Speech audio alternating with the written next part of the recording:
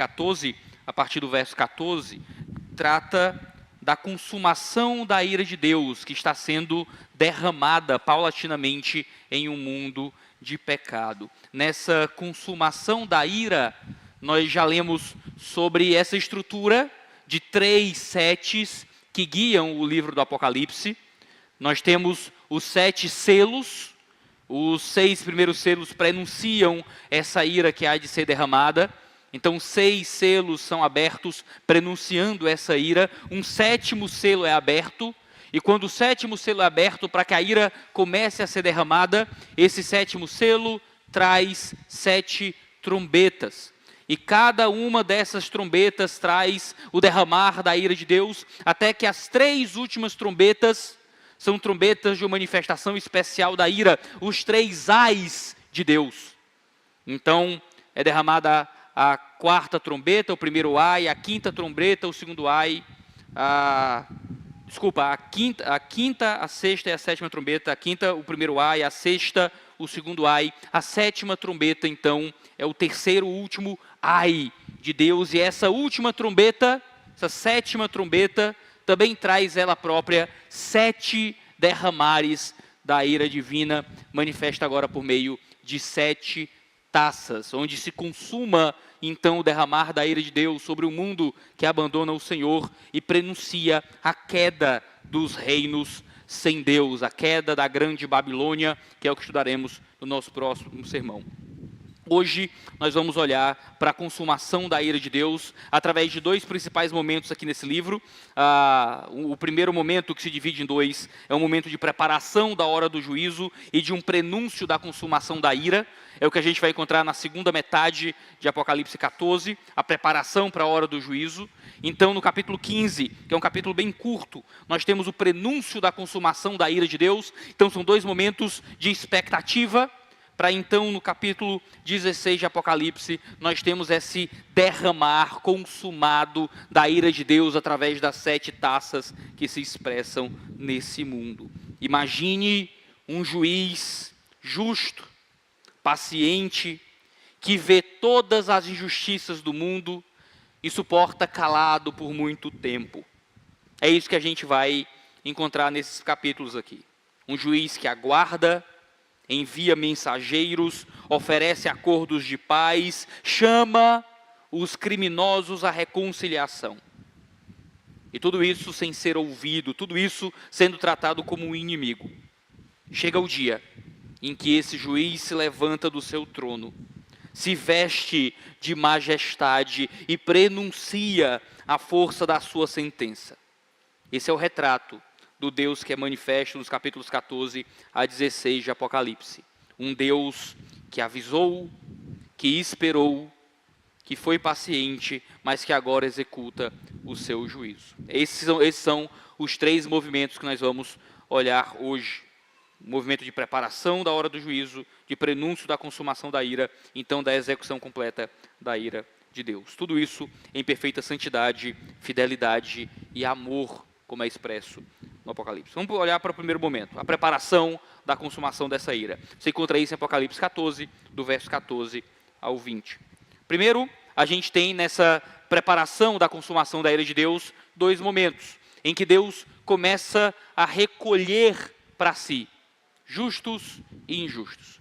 Você deve lembrar que a terra está debaixo de uma catástrofe, está debaixo de um momento de extrema perseguição contra os cristãos, onde agora os cristãos vivem vidas muito terríveis, muito dolorosas, de absoluto estigma social, onde agora os cristãos não têm sequer o direito de participar da sociedade, eles não têm o direito de entrar em relações comerciais, não podem comprar e vender, não fazem parte mais do mundo, foram relegados ao absoluto ostracismo, debaixo do governo do anticristo, que persegue, mata, humilha os cristãos. Os cristãos agora vivem uma situação terrena absolutamente insustentável. Os ímpios aparentemente reinam e governam o mundo debaixo da autoridade do anticristo, debaixo da autoridade do falso profeta, um grande líder civil mundial, um grande líder religioso mundial, todos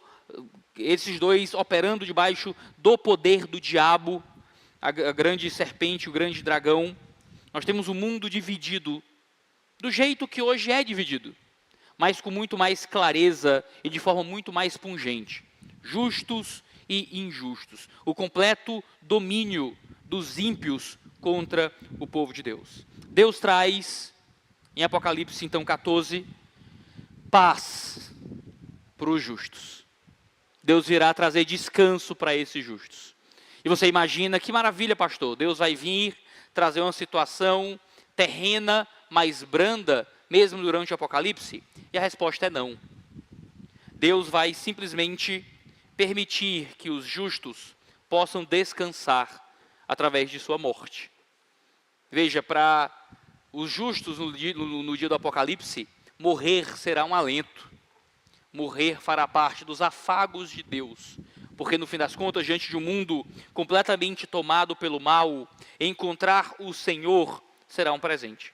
Os ímpios também receberão esse presente da morte, mas para eles não será nada agradável. A morte vai tirá-los de um mundo presente de glória para colocá-los diante da justa punição de seus pecados. Primeiro, o texto fala da colheita dos justos, em Apocalipse 14, 14 a 16. Olhei, e eis uma nuvem branca, e sentado sobre a nuvem um semelhante a filho do homem, tendo na cabeça uma coroa de ouro e na mão uma foice afiada.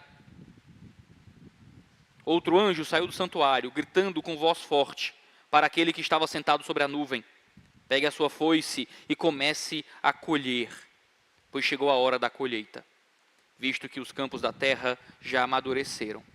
E aquele que estava sentado sobre a nuvem passou a sua foice sobre a terra e fez a colheita.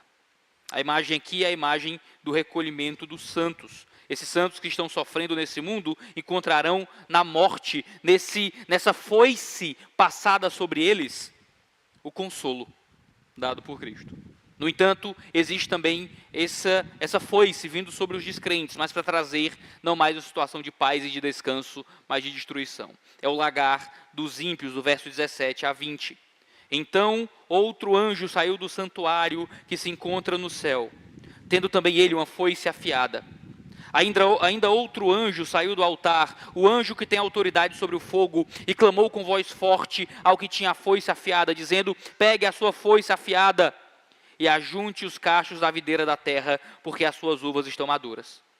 Então o anjo passou a sua foice na terra, ajuntou os cachos da videira da terra e os lançou no grande lagar da ira de Deus. O lagar foi pisado fora da cidade e correu sangue do lagar, chegando até a altura dos freios dos cavalos, numa extensão de cerca de 300 quilômetros. Essa é a imagem do recolhimento dos ímpios, como uvas que foram tiradas dos seus cachos, colocados num grande tonel para serem pisados, para então virar vinho. Você deve ter visto essa imagem de uvas colocadas no tipo de tonel, homens pisando aquelas uvas, então um cano fazer com que o sumo daquela uva saísse e escorresse. O texto diz que as uvas pisadas são os ímpios e que o sumo da uva que escorre é o seu sangue, que chega a tomar a altura dos freios dos cavalos, ou seja, conseguia cobrir cavalos de guerra até a altura da cabeça. É a linguagem de sangue derramado. Queridos, nesse cenário de preparação para a consumação da ira de Deus, nós temos um cenário de esperança e de temor. Para os justos, uma mensagem de esperança. A vida dos santos pode parecer desprezada aqui durante o livro do Apocalipse, onde Deus permite que crentes passem por situações terríveis, mas há um Cristo que os recolherá para si. De modo que a morte desses homens não será uma derrota, mas uma colheita. E isso, irmãos, muda a forma como encaramos o sofrimento no tempo presente e como encaramos a morte. A morte para nós nunca representará o fim, mas representa o início de uma celebração, porque representa a nossa comunhão com o Senhor da Seara. Se cremos naquilo que diz a palavra, cremos em um modo diferente de encarar o morrer. Se cremos na palavra e queremos realmente aprender dela, então nós estamos dispostos a ensinar as nossas almas a esperar em Cristo de forma paciente, entendendo que há uma foice, que é a esperança. A morte para nós não representa luto, não representa desespero, não representa de fato tristeza. Sofremos, nos ilutamos e nos entristecemos, porque a morte em si tira de nós os nossos entes queridos. É uma experiência que não deveria existir no mundo, já que fomos feitos para a eternidade.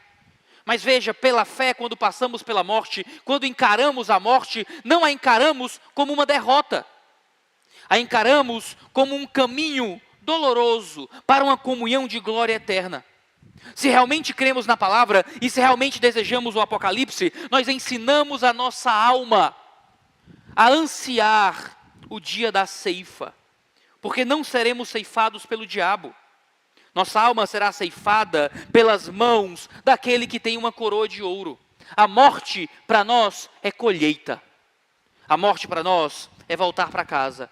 A morte para nós é só uma forma de atravessar o rio da vida até o momento de encontrarmos a nossa glória eterna. Não desejamos a morte, mas desejamos aquilo que virá após a morte.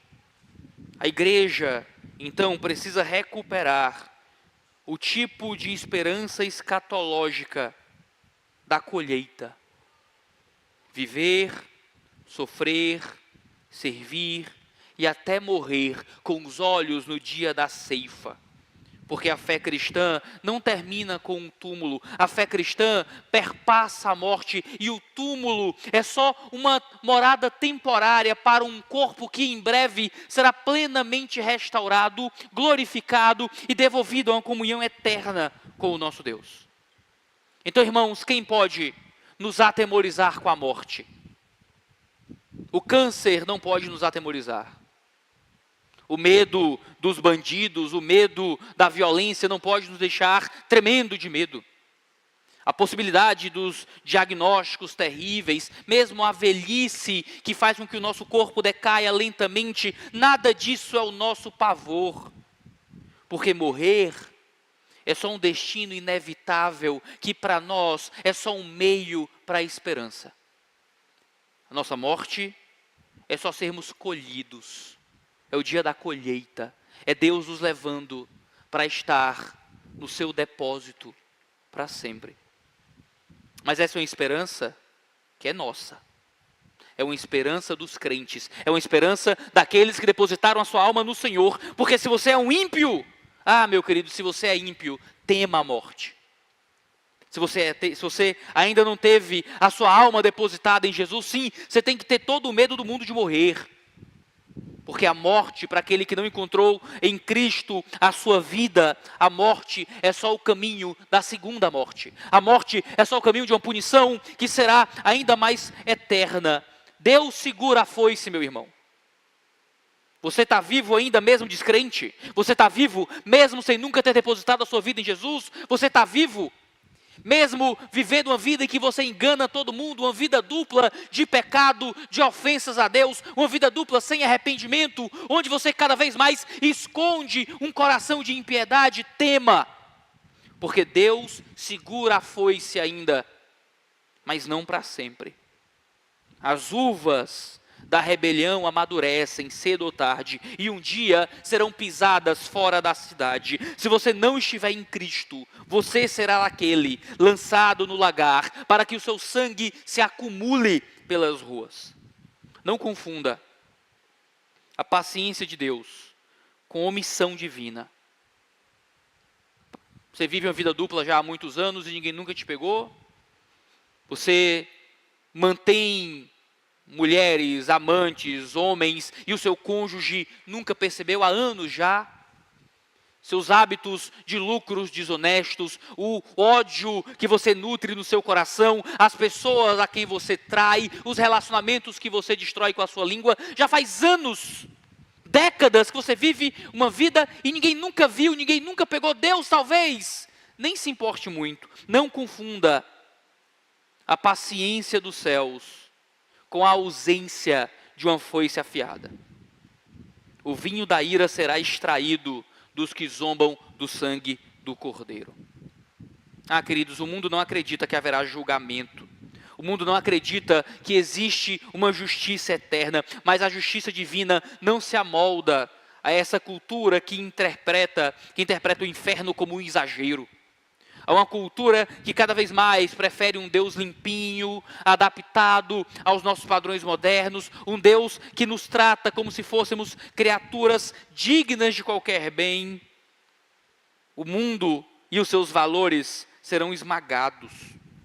A palavra nunca vai se moldar às expectativas que tentam domesticar o próprio Deus. Ele virá para pisar num lagar de ira. Os ímpios sofrem então com a morte que antecipa essa ira.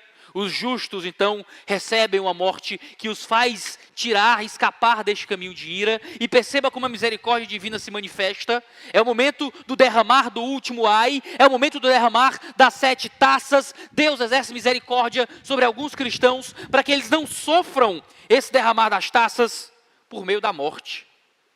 Porque morrer àqueles que esperam pela eternidade, muitas vezes é só um presente da misericórdia divina, para nos aproximarmos cada vez mais dele.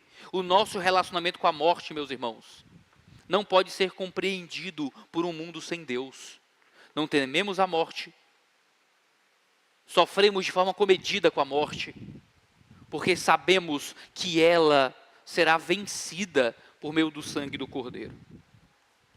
Há um prenúncio, irmãos, então, dessa consumação da ira. Ímpios morrem, crentes morrem, e então há um tempo de canção nos céus.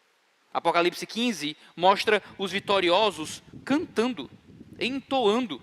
O verso 1 diz: vi no céu outro grande sinal, um sinal grande e maravilhoso, 7 anjos que tinham os 7 últimos flagelos, pois com eles se consumou a ira de Deus. Aqui a ira será derramada no seu máximo para consumar essa ira.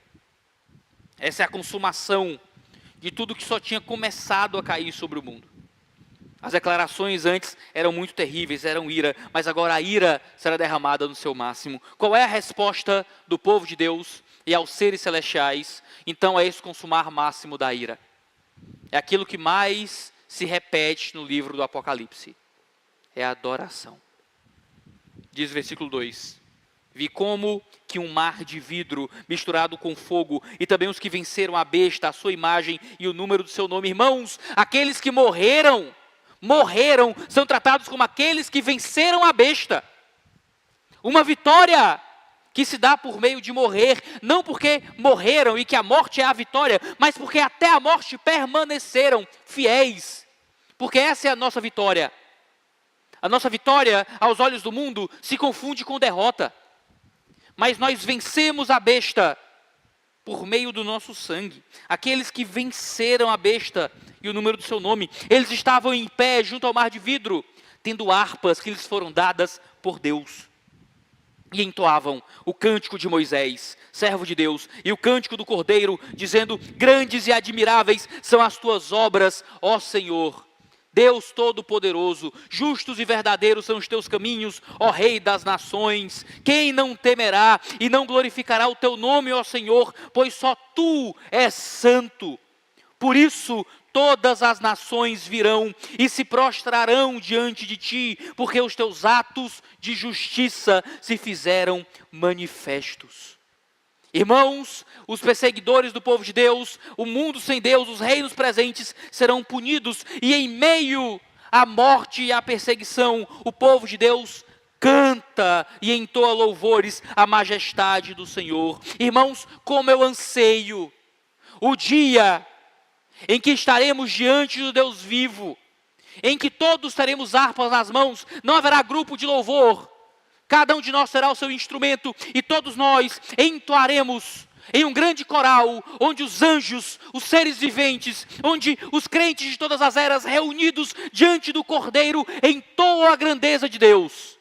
Ah, irmãos, que glorioso dia será, quando de nossos lábios saírem o cântico de Moisés, o cântico do Cordeiro, exaltando a salvação e o juízo, exaltando a grandeza do amor e da justiça, a grandeza da misericórdia e da santidade. O povo de Deus canta diante da certeza de uma vitória que se deu por meio da morte. É por isso que nós cantamos hoje, irmãos. É por isso que nós nos reunimos para cantar. Não é porque a gente quer entreter você no culto. O momento de música no culto não é um momento de apresentação artística, onde você aprecia belos instrumentos, belas vozes. Não, o nosso momento de canções no culto é uma antecipação dessa gloriosa escatologia. Cantar juntos é desejar o Apocalipse, já é nos colocar nesse papel de certeza pela fé, de um canto e de uma vitória eterna, que ansiamos diante de Deus. Mas você tem entoado, irmãos, vocês têm entoado canções em meio às lutas. Às vezes nos dias difíceis, nós só temos fé para sentar aqui e ouvir, na esperança que o Senhor fale ao nosso coração. E amém, amém.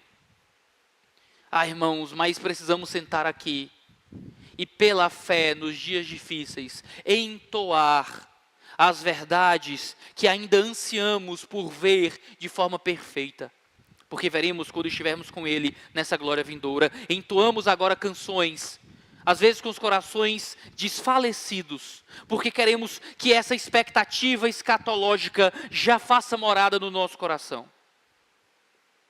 Uma canção que louva o Senhor pela sua glória sobre a terra.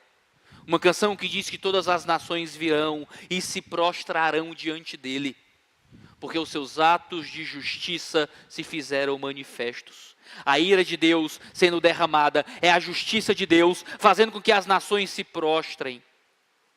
Mas eu não acho que esse é um texto que diz que as nações necessariamente estarão arrependidas. Veja, as nações na terra estão se levantando contra o Cordeiro. A linguagem das nações, agora aqui em Apocalipse, é a linguagem de um grupo sem Deus, de um reino sem Deus que se levanta contra o Cordeiro. As nações virão e se prostrarão diante dele, mas não necessariamente em arrependimento. No último dia, todos estarão nos seus joelhos diante do Cordeiro. Alguns, porque a sua graça trouxe contrição para o coração. Outros, porque o seu cetro de justiça lhes quebrou as rótulas, para que sejam colocados debaixo da própria impiedade, diante do Deus vivo. Se prostrarão no último dia. Ah, queridos, mas a foice já estará afiada. Ah, irmãos, se isso é verdade, se cremos realmente nisso, como comunidade precisamos comunicar às nações a urgência dessas verdades. Se cremos nisso, como temos o direito como igreja de não estarmos envolvidos em missões transculturais, no envio de missionários, na plantação de novas igrejas, no apoio financeiro a pessoas no campo, na preparação e no envio de mais pessoas para outros países, na evangelização de quem está do nosso lado? Se cremos que um dia o cetro de justiça e a ira será derramada sobre as nações, quão ímpios não nos tornamos ao reter a mensagem de perdão a essas nações. Mas então os santuários e as 7 taças se manifestam esperando essa ira que será derramada agora. O texto fala desses anjos, 7 anjos, tendo 7 últimos flagelos, na consumação da ira de Deus. Há então a adoração, então há a manifestação do santuário celestial. Verso 5 diz: depois dessas coisas, olhei, e abriu-se no céu o santuário do tabernáculo do testemunho. E os 7 anjos que tinham os 7 flagelos saíram do santuário, vestidos de linho puro e resplandecente e cingidos à altura do peito com cintos de ouro. Então um dos 4 seres viventes deu aos 7 anjos 7 taças de ouro, cheias da ira de Deus, que vive para todo o sempre. O santuário se encheu da fumaça da glória de Deus e do seu poder, e ninguém podia entrar no santuário enquanto não se cumprisse os 7 flagelos dos 7 anjos. A ira virá agora. Quando a ira começa a ser derramada, ninguém mais entra no santuário. A porta da graça se fecha. Não haverá mais caminho para arrependimento. Até aqui no livro do Apocalipse, você tem constantemente, ainda que com a ira sendo derramada, caminhos de arrependimento. Pessoas ouvindo a pregação do Evangelho. Pessoas recebendo a mensagem de Cristo. Mas ao que parece, os crentes morreram. Agora a ira será derramada, não haverá mais ninguém que evangelize. A porta do santuário é fechada. Ninguém entra mais. Porque agora tudo que haverá é ira e furor. Mas essa porta ainda está aberta. Um dia ela se fechará. Mas quão negligente não somos ao não aproveitarmos a porta do santuário que hoje está aberta para cada um de nós. Será que a gente não está esperando demais para se entregar a Cristo? Haverá um momento em que as portas dos templos estarão fechadas, não haverá mais intercessão. Por isso, irmãos, que pregamos com seriedade e urgência. Nós não lidamos com sentimentos, nós lidamos com eternidades. Nós não estamos simplesmente querendo trazer as pessoas para caminhos socialmente mais aceitos, para que elas encontrem uma comunidade. Nós estamos falando sobre a vida eterna e uma porta de um santuário que se fechará àqueles que não estiverem dispostos a hoje se entregar no caminho da graça. É uma mensagem de alerta a todos nós, que sempre adiamos o nosso momento de ter um relacionamento sério com Deus. Adiamos o momento de pedir perdão, adiamos o momento de confessar os pecados, adiamos o momento de realmente fazer um compromisso sério com o arrependimento e a fé. E um dia a porta da graça se fechará. Pode ser porque você não vai ter tempo de se arrepender, pode ser porque você simplesmente vai ser pegue no seu pecado, e eu lhe digo, ser pegue no seu pecado não garante que você vai se arrepender do seu pecado. Pode trazer remorso e consequências terríveis, não necessariamente trará arrependimento. Hoje talvez seja o momento de você confessar antes de ser pegue, de você procurar ajuda no Senhor antes de ser descoberto, antes que a porta da graça se feche para você. Porque a ira, os 7 flagelos cairá. E é isso que aparece em Apocalipse 16. Nós temos as 7 taças da consumação da ira de Deus.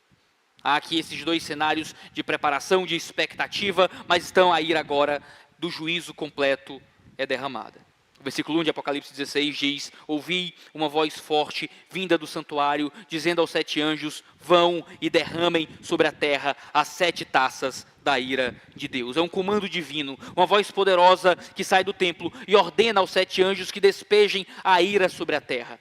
Uma voz aqui que é atribuída ao próprio Senhor. Veja, lembra que nós estamos no terceiro ai, no toque da última trombeta, onde a ira de Deus é derramada com maior intensidade, marcando o final do período de 7 anos da profecia de Daniel, marcando o fim dos períodos proféticos, o julgamento que finalmente se expressa de forma plena sobre o mundo. Há um primeiro flagelo, verso 2. O primeiro anjo foi e derramou a sua taça sobre a terra, e apareceram úlceras malignas e dolorosas nas pessoas que tinham a marca da besta e que adoravam a sua imagem. Lembre, os homens procuraram adorar a besta para ter uma vida melhor, para ter o direito de viver em sociedade, comprar e vender, mas agora todos que foram marcados pela besta só recebem dores no seu corpo. O primeiro anjo derrama sua taça sobre a terra. Chagas malignas e dolorosas surgem sobre as pessoas que adoram a besta. Causam sofrimento intenso. Uma praga similar às feridas que foram enviadas ao Egito no Êxodo. A mensagem é que se você não teme a Deus, o corpo e o conforto que hoje é idolatrado será consumido pela própria maldição da falsa adoração. Vem um segundo flagelo. O segundo anjo, verso 3, derramou a sua taça no mar, e o mar se transformou em sangue, como de um morto, e morreu todo o ser vivo que havia no mar. Há um impacto na natureza, o segundo anjo despeja a sua taça do mar, o mar se transforma em sangue, semelhante ao sangue de um homem morto, incapaz de sustentar a vida, evocando também pragas do tempo do Egito. Há uma extinção, todos os seres vivos do mar morrem. Primeiro era 1/3, agora são todos, demonstrando o impacto destrutivo da ira divina. A mensagem é que o mundo que hoje dá prazer e sustentação aos ímpios será a sua própria condenação.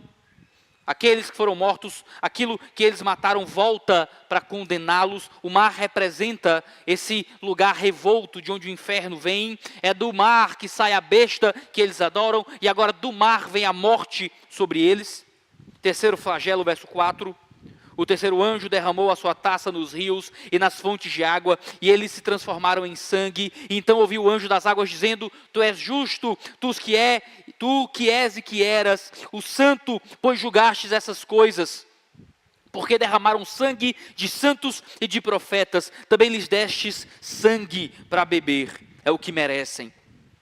Ouvi uma voz do altar que dizia: certamente, ó Senhor Deus Todo-Poderoso, verdadeiros e justos são os teus caminhos, são os teus juízos.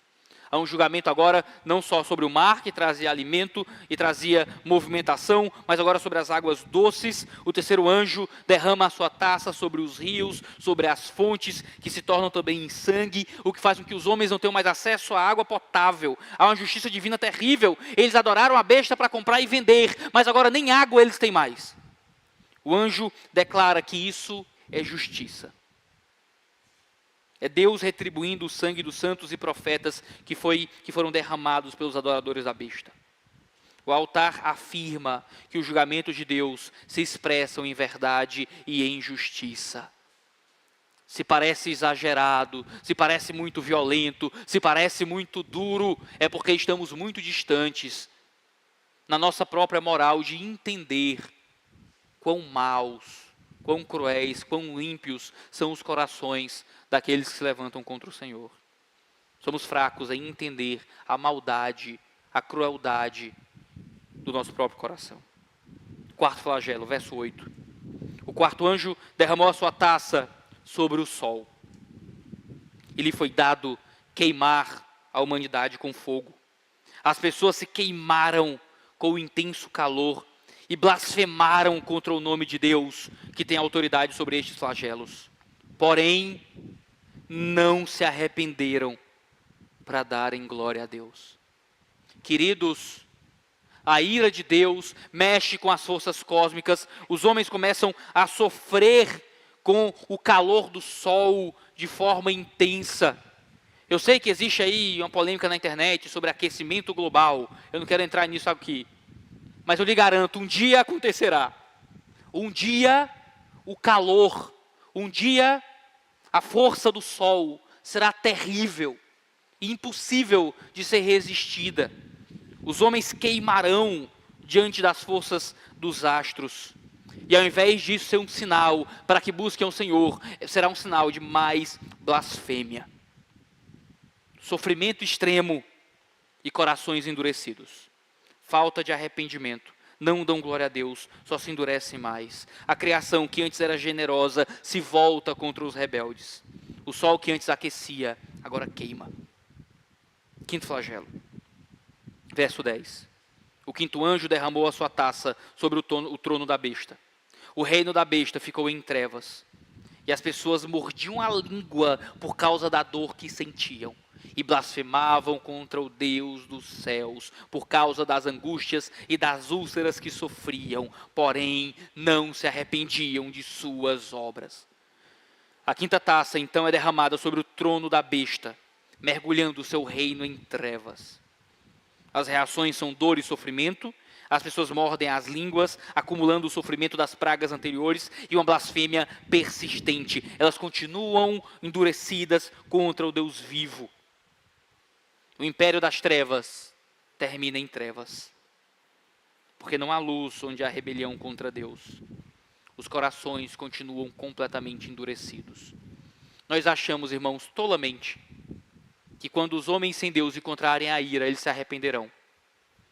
Sabe que é uma das maiores tolices acerca da doutrina da salvação que eu escuto crentes repetirem? De que o inferno é cheio de gente arrependida. Os homens se arrependerão quando estiverem no inferno. Sabe o que é que o livro do Apocalipse me faz acreditar? Que não haverá um único coração arrependido no inferno. O inferno será cheio de pessoas que acreditarão que Deus está errado. O inferno não será um local de arrependidos, que tudo o que gostariam era de uma segunda chance. O inferno será um lugar cheio de pessoas que blasfemarão ainda mais por toda a eternidade contra o Deus vivo. Porque a ira derramada não trará redenção, a ira derramada não trará arrependimento, a ira derramada só encerrará os homens ainda mais naquilo que eles já são internamente, odiadores de Deus. Sexto flagelo, verso 12. O sexto anjo derramou a sua taça sobre o grande rio Eufrates. As águas do rio secaram para que se preparasse o caminho dos reis que vêm do Oriente. Então vi sair da boca do dragão, aqui o diabo, da boca da besta, aqui o anticristo, e da boca do falso profeta, aqui o grande líder religioso que se manifestará, 3 espíritos imundos semelhantes a rãs. São espíritos de demônios, operadores de sinais, e se dirigem aos reis do mundo inteiro, a fim de ajuntá-los para a batalha do grande dia do Deus Todo-Poderoso. Verso 15 diz: eis que venho, como vem um ladrão. Bem-aventurado aquele que vigia e guarda as suas vestes, para que não ande nu, e não se veja a sua vergonha. Então juntaram os reis, no lugar que em hebraico se chama Armagedon. Há uma preparação, irmãos, para uma guerra. Será a grande guerra cósmica, a grande guerra do reino dos céus contra o reino dos homens. É quase cinematográfico, mas é profundamente bíblico. Haverá um mundo presente, recheado de inimizade, com uma trindade demoníaca, que juntará os reis da terra para tentar derrubar Deus.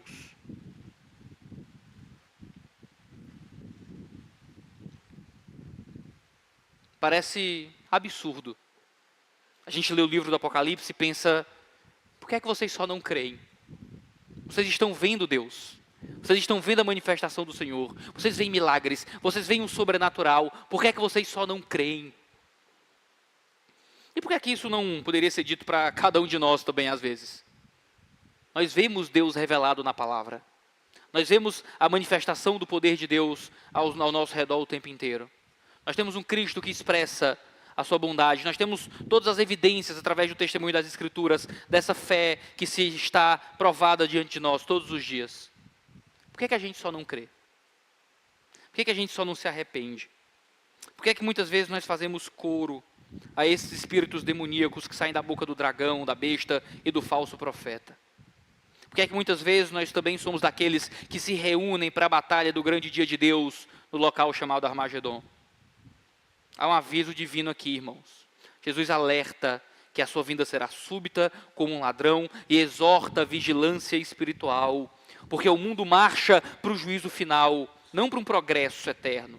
A história não é um ciclo, a história não é uma história de progresso da humanidade, é uma linha que termina diante do trono em uma terrível batalha, e nós não queremos estar do lado errado dessa peleja.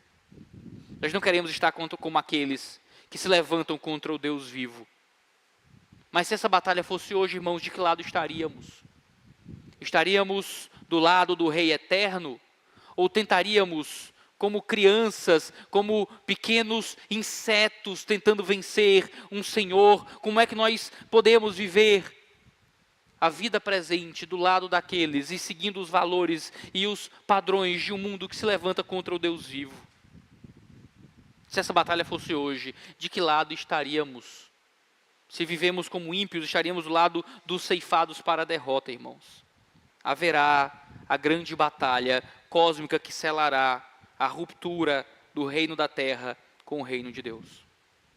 Sétimo flagelo, verso 17.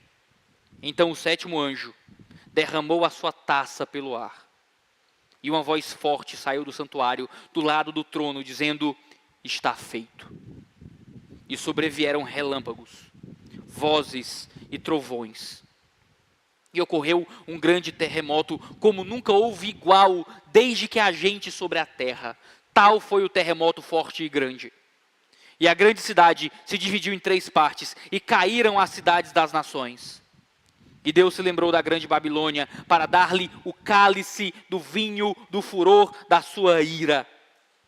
Todas as ilhas fugiram, e os montes não foram achados.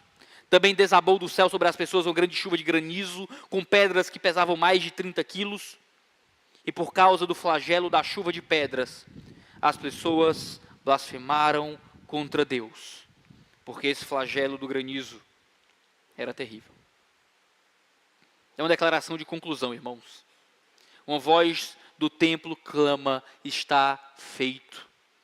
O que lembra o está consumado da cruz.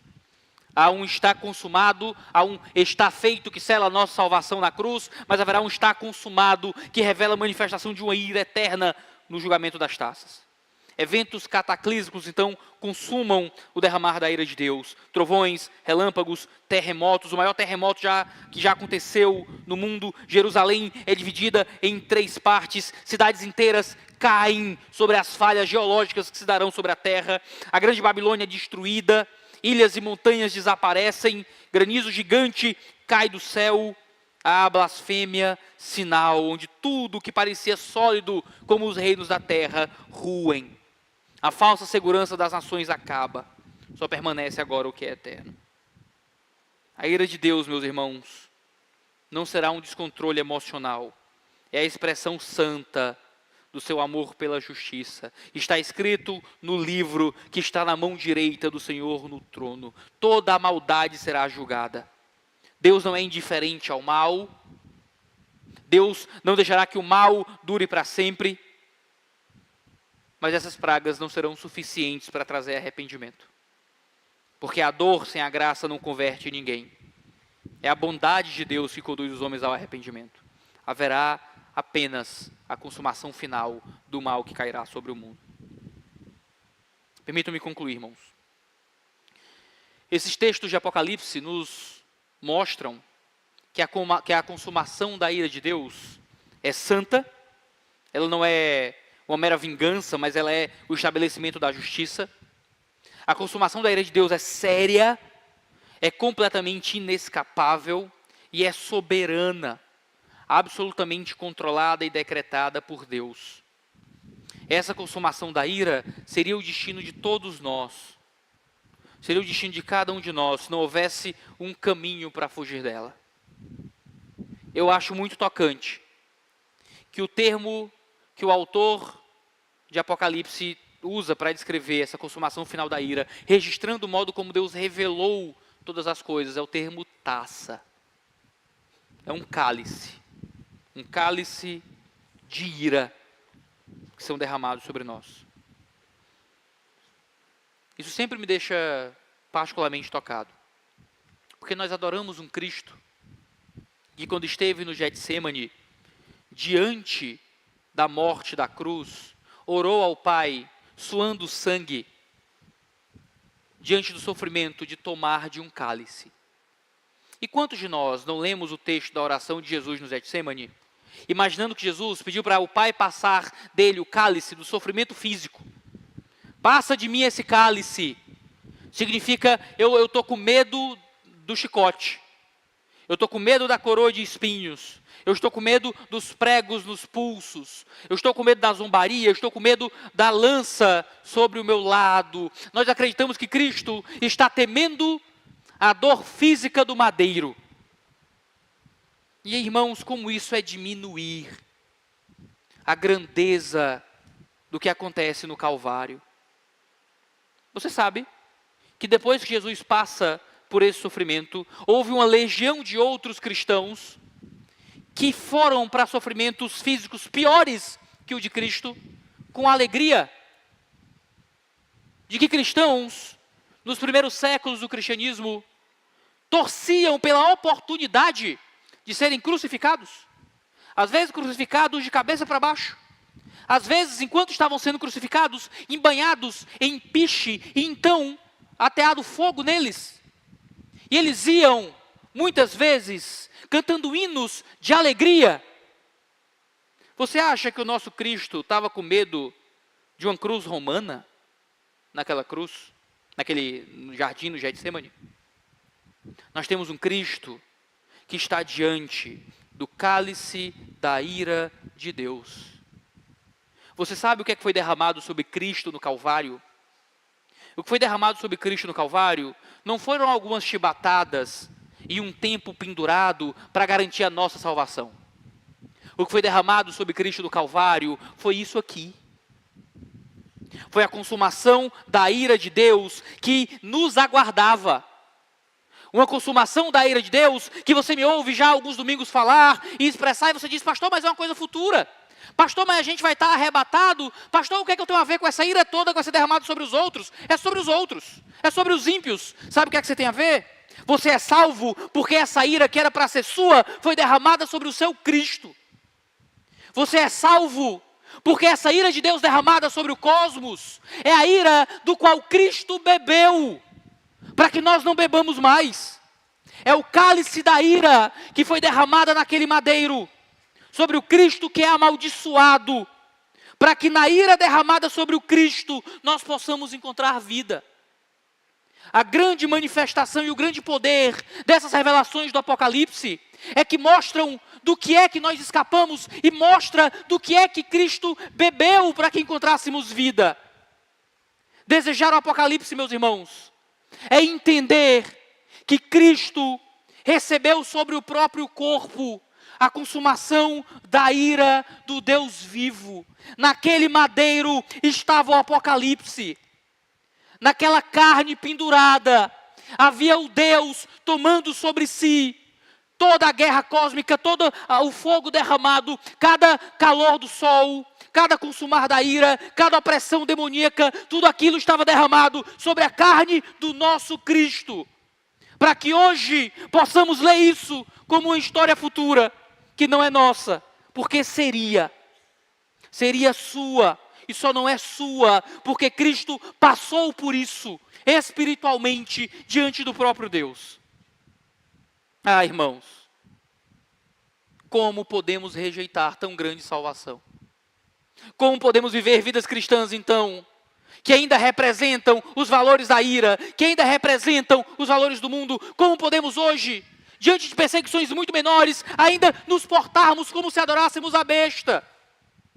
Se temos um Cristo que já consumou em si a ira do Apocalipse, para que possamos viver com Ele para sempre. Jesus bebeu do cálice por nós. E esse é o apelo da graça. O santuário celestial está aberto. O Cordeiro que julga é o Cordeiro que salva. Deus parece muito severo do derramar do cálice da ira. Deus bebeu desse cálice de ira, para que nós possamos encontrar salvação. Ele tomou de tudo isso por você, para que você creia. É por isso que a ira futura só será evitada por meio daqueles que se refugiam no sangue do Cordeiro que bebeu dessa ira. Por isso que o verso 15 de Apocalipse 16 fala: bem-aventurado aquele que vigia e guarda as suas vestes. O Apocalipse nos convida a fugir do pecado, nos convida a fugir da descrença, nos convida a fugir da vida dupla, nos convida a fugir da adoração ao anticristo, nos convida a fugir dos laços do diabo, porque esse é o único caminho para encontrarmos entrada em um santuário celeste. Porque no dia que Ele nos chamar, no dia que tocar a trombeta, no dia que atravessarmos o rio da vida e estivermos diante do Cordeiro, saberemos o preço que foi pago para que possamos entoar o cântico do Cordeiro e o cântico de Moisés, dizendo: grande e admirável são as tuas obras, ó Senhor, justos e verdadeiros são os teus caminhos, ó Rei das nações. Diante disso, irmãos, quem não temerá? Diante disso, quem não glorificará o nome dele? Esse é o convite da graça para você hoje. Antes que a foice afiada nos leve, que possamos ser encontrados escondido à sombra daquele que bebeu das 7 taças da ira em nosso lugar. Que o Senhor nos ajude, Senhor, a glorificarmos o teu nome e a te louvarmos por toda a eternidade. Que a ira de Deus, que foi derramada sobre o nosso Cristo, que foi derramada sobre o nosso Cordeiro, que a ira de Deus que deveria nos alcançar, nos faça temer. nos aponte em direção àquele que é o nosso Salvador. Que possamos guardar as nossas vestes, Senhor.